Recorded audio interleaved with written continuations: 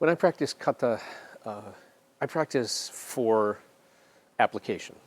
To me, that's what it is. It's all about application. So the thing I pay attention to is how a technique works.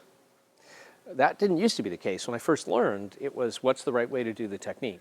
And now I think, what's the technique for? By the way, that changes everything. So for example, when I was first learning and we would do the technique we call shitoke, shuto uke, shitoke, it was always kind of, it was like this. I can't even do the hand position anymore. The hands were bent up like this and the thumb was bent and the arm was like that, and it was all very straight. A lot of techniques were that way. We would do a technique like this, right? And what we were supposed to do is create this beautiful line. It looked really nice, very stretched out. And then I started to train the arts that looked at it from a strictly utilitarian standpoint. And that changed things. So this movement suddenly became this movement.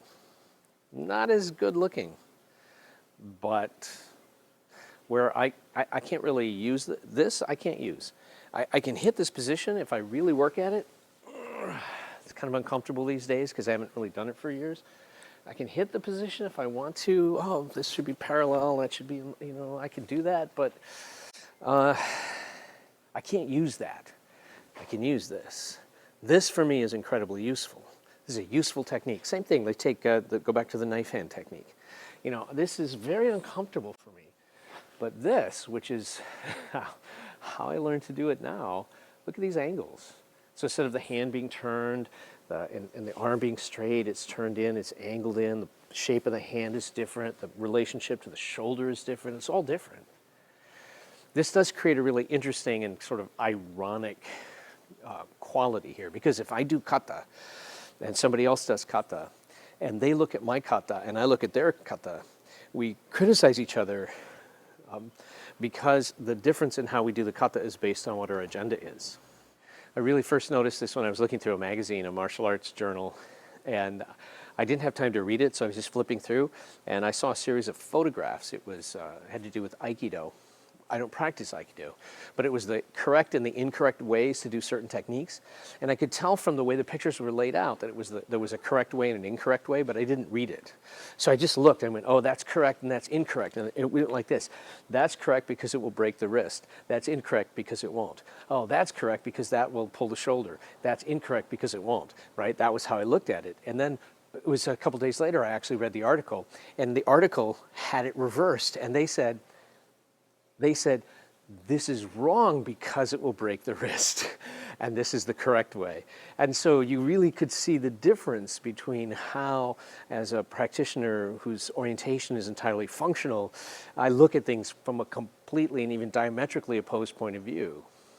So I do my kata, and my kata is entirely driven by practicality. When I judge another person's kata, I'm looking at it from that standpoint. So if they're doing pretty movement, I may think it looks pretty, but I'm not impressed by that. To me, it looks ineffective and it looks weak.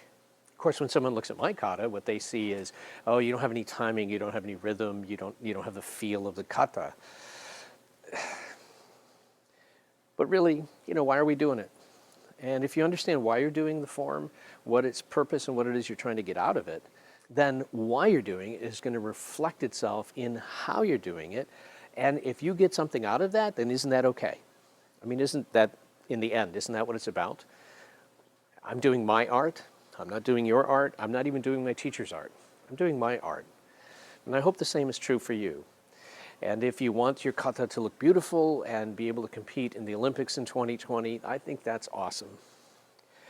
For me, I'm just going to see if I can do kata in a way that I can use. I'm Chris Thomas. These are some reflections from the master class. Thanks for watching. Now, go train.